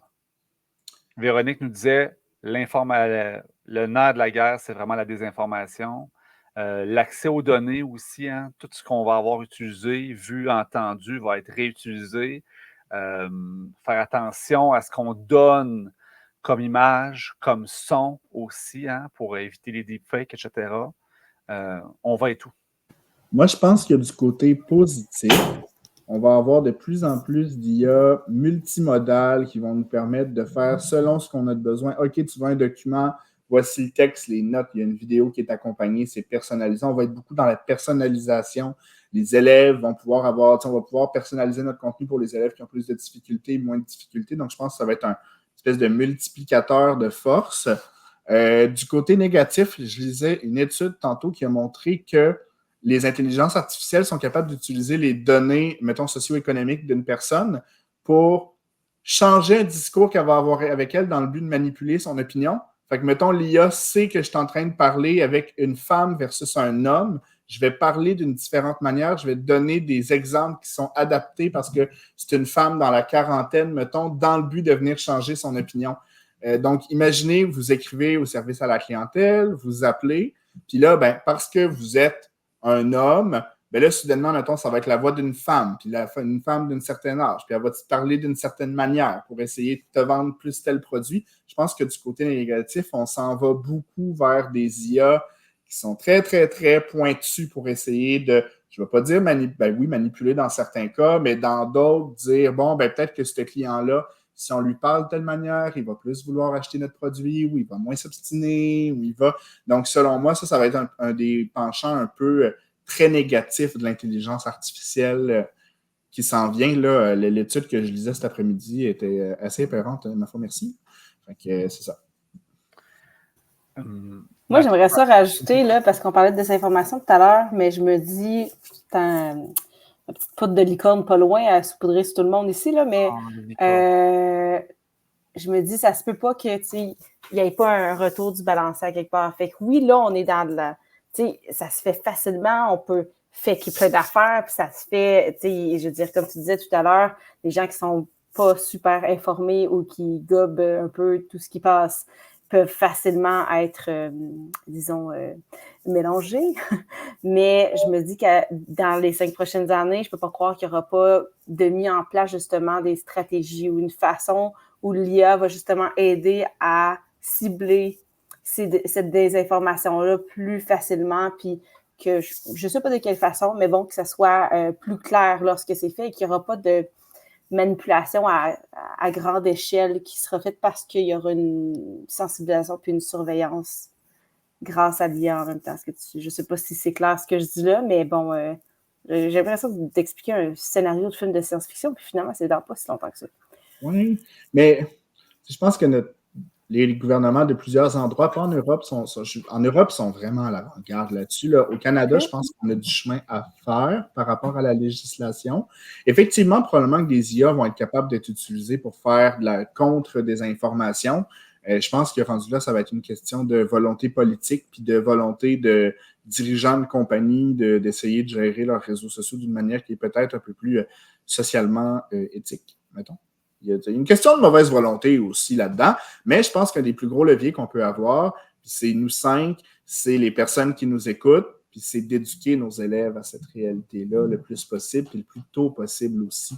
Ça ne changera pas tout parce qu'on n'a pas toute la population du Québec qui est dans nos classes, mais je me dis, si on est capable de faire un bon bout de chemin avec ceux qui vont être les futurs citoyens, c'est déjà un très bon départ.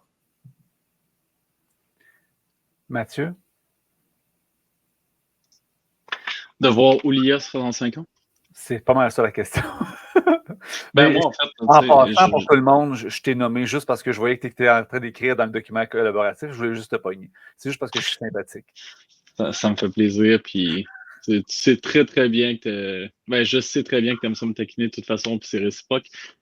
Où je vois l'IA dans 5 ans? Honnêtement, j'aimerais beaucoup que l'intelligence artificielle aide nos jeunes à devenir plus compétents, indépendamment de la discipline. L'IA est un peu comme l'enseignement il y a quelques années, c'est-à-dire que nous permet d'être beaucoup plus connaissants, nous donne accès à énormément de connaissances.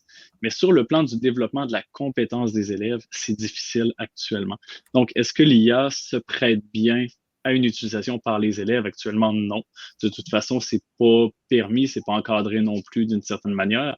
Mais éventuellement, est-ce qu'on pourrait voir une intelligence artificielle dans 5 ans qui aide nos élèves, comme tu l'as mentionné, à devenir plus compétents, par exemple en mathématiques, en ciblant vraiment les difficultés, en ayant un regard supplémentaire de celui de l'enseignant pour leur permettre de développer leurs compétences disciplinaires et peut-être rendre ça d'une certaine façon. J'aimerais beaucoup voir ça d'ici 5 ans. Du moins, un aide à l'enseignant, puisque de toute manière, je pense que le réseau de l'éducation gagnerait à avoir cette aide-là, du moins les enseignants gagneraient. Yes. Marie-Hélène, toi, tu la vois où, ton intelligence artificielle, d'ici 5 ans? La mienne, j'en ai une, moi. Tu as une intelligence naturelle, ça, tout le monde le sait. Ben, en fait, moi, je suis plutôt confiante. Bien sûr, on garde en tête les enjeux, mais sachant que l'intelligence artificielle apprend à partir des données qu'elle reçoit, on sait que d'année en année, elle va se bonifier, apprendre de tout ce qui s'ajoute. Pour moi, ce qui est important de retenir, c'est que elle ne sera jamais complètement à l'abri d'erreurs et que l'humain aura toujours une place essentielle dans un à-côté de l'intelligence artificielle. Dans tous les domaines, je pense que ça va être important de garder ça en tête, que l'humain doit être là. Et je pense qu'effectivement, on sera capable de beaucoup plus, de quoi seul l'avenir nous le dira, mais chose certaine, je suis vraiment très confiante. Juste à voir l'évolution qu'il y a eu dans les 2 dernières années, c'est hallucinant, c'est surprenant. Donc, juste de voir l'année prochaine ce qu'il y aura comme amélioration, je suis certaine qu'on se reparle dans 1 an et qu'on va faire « wow ». Hey, Marie-Hélène et tout le monde, je pense qu'on a une étoile du match ce soir, en la personne de Mélanie. Ses commentaires étaient toujours hyper à propos, hyper intéressants. Commentaire de Mélanie. Personnellement, en tant qu'enseignante de français, je pense qu'on va fondamentalement changer notre rapport à l'écrit. Je pense que ce sera de plus en plus amené à réécrire plutôt qu'à écrire et il faudra ajuster l'enseignement, la langue en conséquence. Et je trouve que c'est clairement pas fou comme commentaire. C'est un peu triste, mais c'est pas fou comme commentaire, à savoir qu'il faudra aussi apprendre à nos jeunes à réécrire. Hein. On perd un peu d'imagination, par exemple, ça m'attriste. Simon, qu'est-ce que tu en penses? La réécriture, ça peut être quelque chose de positif. Moi, j'avais eu un cours d'écriture universitaire à maîtrise, puis on utilisait l'adage « écrire, c'est réécrire ». C'est d'être capable de dire, d'amener nos élèves, puis souvent, là, puis j'étais pareil au secondaire, mais je rédigeais un travail, je le rédigeais une fois, je relisais pour les fautes, point, je le remettais à mon enseignant. Tandis qu'une fois que tu as compris, bon, tu fais une première rédaction, OK, c'était quoi mon intention de texte, c'est quoi que je voulais dire, est-ce que je l'exprime bien, est-ce que c'est des stratégies intellectuelles qui sont quand même de haut niveau. Mais il ne faut pas oublier l'écriture avant la réécriture. Il y a ça à garder en tête aussi. Mais il n'y a pas que du mal à la réécriture. Moi, j'abonde dans le sens de Simon aussi, parce que oui, peut-être que l'intelligence artificielle pourra nous proposer des textes, mais je pense que l'élève aura une tâche encore plus complexe à faire parce qu'il devra se questionner sur l'ensemble du texte, l'analyser, si ça ne viendra pas de lui. Qu'est-ce que je garde? Qu'est-ce que je modifie? C'est là qu'il va mettre vraiment à profit toute sa pensée critique, toutes ses compétences en écriture, en lecture et tout, pour faire des choix puis pour compléter. C'est comme si on venait réduire un peu la charge cognitive. C'est sûr que il faut qu'on soit encore capable d'écrire par nous-mêmes, là, clairement. Et si l'intelligence est là, l'intelligence artificielle est là pour rester, autant apprendre à bien s'en servir. Puis si nous, dans les écoles, on apprend à l'optimiser, je pense que c'est pas fou. Moi, le principe de la réécriture, puis d'analyser ce qui est proposé pour le retravailler, le bonifier, je pense que si on l'utilise comme il faut, on peut amener les élèves à aller plus loin encore. Vas-y, Mira, je vais finir après. J'ai ajouté un petit mot, là, je pense que ce qui va être super important, en fait, dans les prochaines années, puis là, j'ai pas la science infuse, là, mais ça va être la valorisation de ce que nos élèves font. La valorisation des efforts, mais de tout l'aspect créatif, tout le... Tu sais, je veux dire, on n'arrête pas de le dire, là, c'est pas des tablettes qui ont fait que les élèves lisaient plus, là, il y a de la littérature, il y en a à faire si on la partage, même chose pour l'écriture, tu sais, le processus d'écrire, de trouver toi-même tes idées, de fouiller, de chercher, de trouver le bon mot, la bonne façon d'apporter ton idée, de l'imager aussi, c'est tout dans le processus, puis de la fierté des enfants, tu sais, ça se perd pas, là. Toute l'intelligence artificielle du monde peut tout faire, là, mais la fierté d'avoir pondu quelque chose de zéro, il n'y a pas grand-chose qui bat ça. Fait que c'est sûr que ça peut être ultra utile, mais c'est à nous, comme profs aussi, de faire comme « Hey, ton texte, il est malade. » Puis après, on peut travailler en utilisant des textes pondus par l'IA, tout ça, mais il n'y a rien. Puis jamais, puis là, si vous il y a des profs qui nous écoutent, jamais tu devrais avoir à comparer un texte d'un élève puis un texte pondu par l'IA pour faire comme « Regarde, tu aurais pu faire, tu sais, vous comprenez ce que je veux dire? » Fait que je pense que ça, c'est important de le garder en tête. Puis je pense que ça me dit aussi que, tu sais, tout n'est pas perdu, là. Oui, ça peut faire peur, ce qui s'en vient, puis c'est énorme, mais je pense qu'avec les bonnes valeurs aux bonnes places, puis je suis pas inquiète avec les gens qui sont ici ce soir et avec ceux qui nous suivent, puis avec ceux aussi que je vois sur les réseaux, qu'on est capable de bien accompagner nos élèves là-dedans, de savoir où est la véritable richesse. Puis moi, ce que je pense que ça met en lumière, c'est qu'on va devoir se re-questionner sur qu'est-ce qu'on veut que nos élèves apprennent, qu'est-ce qu'on veut que nos élèves sachent faire. On a eu un changement de paradigme avec la dernière réforme où on est passé du savoir au savoir-faire et au savoir-être, mais là, il va falloir rechanger à moyen terme, peut-être de paradigme, de revoir qu'est-ce qu'on veut, savoir que nos élèves fassent et faire très attention, et j'ai lu ça, Mathieu, dans nos commentaires, à tout ce qui est standardisation. Est-ce qu'on veut que nos élèves deviennent des machines à tous reproduire la même sorte de saucisse dans des machines à saucisses? Bien, c'est à ça qu'il va falloir faire attention, puis à se demander quelle est la place de la créativité, quelle est la place justement de la réécriture, quelle est la place de la métacognition, quelle est la place des méthodes de travail. Donc, on devra se questionner sur tout ça, puis peut-être redéfinir globalement, peut-être de par le monde, c'est quoi l'apprentissage, puis c'est quoi l'éducation. Ça demeure toujours positif et pertinent, mais ça devra être aussi être changé aussi, je pense. On est dû pour des grandes discussions sur l'éducation au Québec et en Occident en général. On est dû. Puis, tu sais, quand ChatGPT est sorti, là, j'ai vu plein de personnes, pas en éducation, sortir « Ah, l'école, ça va servir à rien maintenant, il y a ChatGPT. » Mais quand tu prends le temps d'avoir ces réflexions-là, c'est là que tu te rends compte à quel point l'école, c'est utile. Non seulement ça, mais plus on réfléchit à ça, puis plus ça nous ramène, comme Mira le disait, là, à nos valeurs, puis aux valeurs de notre système éducatif.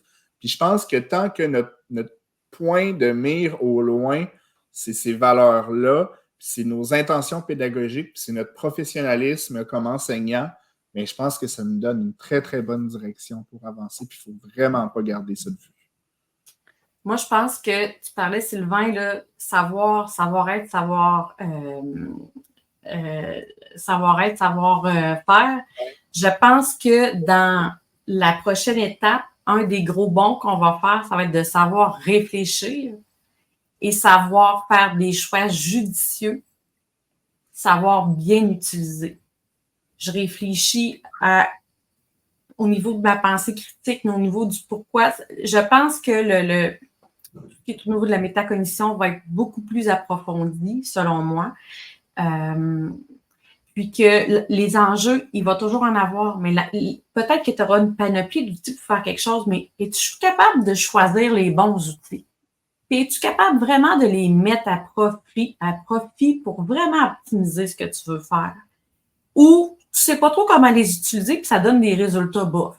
Tu sais, il y aura toujours, moi je pense que ça va être une coche de plus, une marche de plus qu'on va franchir, mais où les élèves, là, on va s'éloigner de plus en plus des savoirs pour être vraiment dans les compétences, réfléchir, faire les bons choix, être capable de justifier, selon moi. J'ai tendance à être d'accord avec ça, Marie-Hélène. Hein? Oui, j'ai tendance à être d'accord avec toi. Je pense qu'écoutez, là, c'est beau ce qu'on a dit. Je trouve que c'est hyper stimulant. Puis je pense que le nombre de personnes qui nous écoutent encore actuellement nous disent que c'était quand même intéressant comme discussion. Je vous remercie tous d'avoir été là. On vous rappelle qu'on fait partie du regroupement Balado Pédago. Mon Dieu, j'ai comme une émotion. Non, c'est une blague. On vous invite à rejoindre la communauté Balado Pédago. Il y a une page Facebook, entre autres. Et n'oubliez pas de suivre la page Facebook d'Intention Pédago Numérique si vous voulez être notifié lorsqu'on passe en live. On mentionne au passage qu'on a demandé à Simon d'être notre chroniqueur intelligence artificielle. Donc, Simon, sur toutes nos émissions d'ici la fin de la saison, okay, si l'intelligence artificielle, ça s'y prête, tu es le bienvenu. Tu as ta carte VIP chroniqueur sur l'intelligence artificielle. Fait que tu débarques quand tu veux, quand tu es disponible. Je sais que tu donnes des cours à l'université jusqu'à 8h30, tu débarques après, il n'y a pas de problème. Okay? On s'en jase, il n'y a pas de problème. On s'est dit dans l'entrée de jeu qu'on voulait parler de positif. De quoi qu'on parle de positif? J'ai quelqu'un ici qui voulait parler de positif. C'est qui? Oui, c'est moi, la mémère de service qui a toujours quelque chose à dire. En fait, moi, le positif, enfin, on pense plus large, on pense conception universelle de l'apprentissage. On connaît les ressources éducatives numériques, mais là, on commence à sensibiliser le milieu de l'éducation en général à l'accessibilité de ces ressources-là, mais de façon plus large pour répondre à un plus grand nombre d'élèves, puis rendre tout ça plus accessible pour eux. C'est vraiment un sujet chaud qui s'en vient là, cet automne et cet hiver. Donc, restez à l'affût, mais moi, en tant que fille d'adaptation scolaire et d'inclusion, je suis ravie de cette nouvelle qu'on travaille davantage sur l'accessibilité parce que c'est pas juste dans les classes spéciales, c'est pas juste les élèves HDA qui font de l'ortho au régulier, c'est tous les élèves qui peuvent en bénéficier. Donc, je vous invite à suivre le sujet. Génial. Une autre invitation, Mira? Moi, je vous invite, si ce n'est pas déjà fait dans les prochains jours, à poser la question à vos directions d'école. Hey, on partit d'IA cette année, début d'année. Moi, j'aimerais ça savoir ce qui se passe. Savais-tu qu'il y avait un épisode d'Intention numérique dédié à où est-ce qu'on en est rendu dans l'IA? Bref, ouvrez la porte. Hein? Puis ouvrez la porte à vos collègues aussi. Vous avez découvert quelque chose, vous posez des questions, ben allez vous en parler les uns les autres. Voilà. Yes, merci Mira. Une parole inspirante. Moi, j'ai tout d'abord un rechapeau pour Simon. Simon a gagné un prix chapeau il y a 2 ans à la COPS pour un projet, il me semble, en intelligence artificielle. Hein? Simon, est-ce que je suis dans les patates? C'était pour, oui, ben un peu tout ce que j'avais fait en IA dans les mois qui ont précédé. C'est ça. Et ce que je trouve vraiment génial, c'est qu'on voit que tu t'es pas assis sur tes lauriers avec ce chapeau-là. Tu continues d'être sur la coche en intelligence artificielle au point que tu es notre référence. Tu es un petit jeune d'éducation. Tu peux même, on peut arrêter d'écœurer Mathieu, c'est plus notre petit jeune, c'est rendu toi. Mais je te trouve drôlement inspirant. Je te trouve extraordinaire, impressionnant. Je trouve que tu as beaucoup à nous apprendre. Tu es vraiment qualifié en intelligence artificielle. Vraiment, vraiment sur la coche. Et je te tire mon chapeau. Bravo. J'espère que tu vas continuer dans ce sens-là parce que tu es un élément essentiel à la communauté d'éducation. Bravo, Simon. Et je veux vous dire aussi à tous que je suis vraiment contente de vous retrouver pour une 4e saison. Mais le gros, c'est mon chapeau. Rechapeau, Simon. Yes. Mario Asselin dirait que tu es le digne successeur de François Guité. Hey Mathieu, veux-tu nous faire un petit rappel avant qu'on termine? Oui, en fait, rapidement, mon mot de la fin, ça serait de dire à tous ceux et celles qui sont néophytes sur l'intelligence artificielle, vous n'êtes pas obligé de générer quoi que ce soit en classe avec vos élèves, du contenu textuel, des images, des sons, pour discuter intelligence artificielle. Simon nous l'a mentionné tout à l'heure, pour tout simplement ouvrir des discussions avec nos élèves. On a parlé de programmation en classe, on a parlé de robotique en classe, on a parlé du temps d'écran en classe avec les élèves, mais on n'est pas obligé d'avoir du numérique pour parler numérique. Donc, pas obligé d'avoir de l'intelligence artificielle pour parler IA avec nos jeunes. Puis de toute façon, ne pas oublier que tout ce qui est génération d'images, de textes, etc., ça a une empreinte carbone en plus. Donc, générer pour générer, bien, ça a des impacts environnementaux, fait qu'on ne le fait pas pour rien. Et à tout le monde, merci d'avoir été là ce soir. Ça a été, comme à l'habitude, un très grand plaisir. Hein? Et à tout le monde, je vous dis merci d'avoir été là et on se revoit pour le prochain épisode d'Intention Pédago numérique. Bye bye!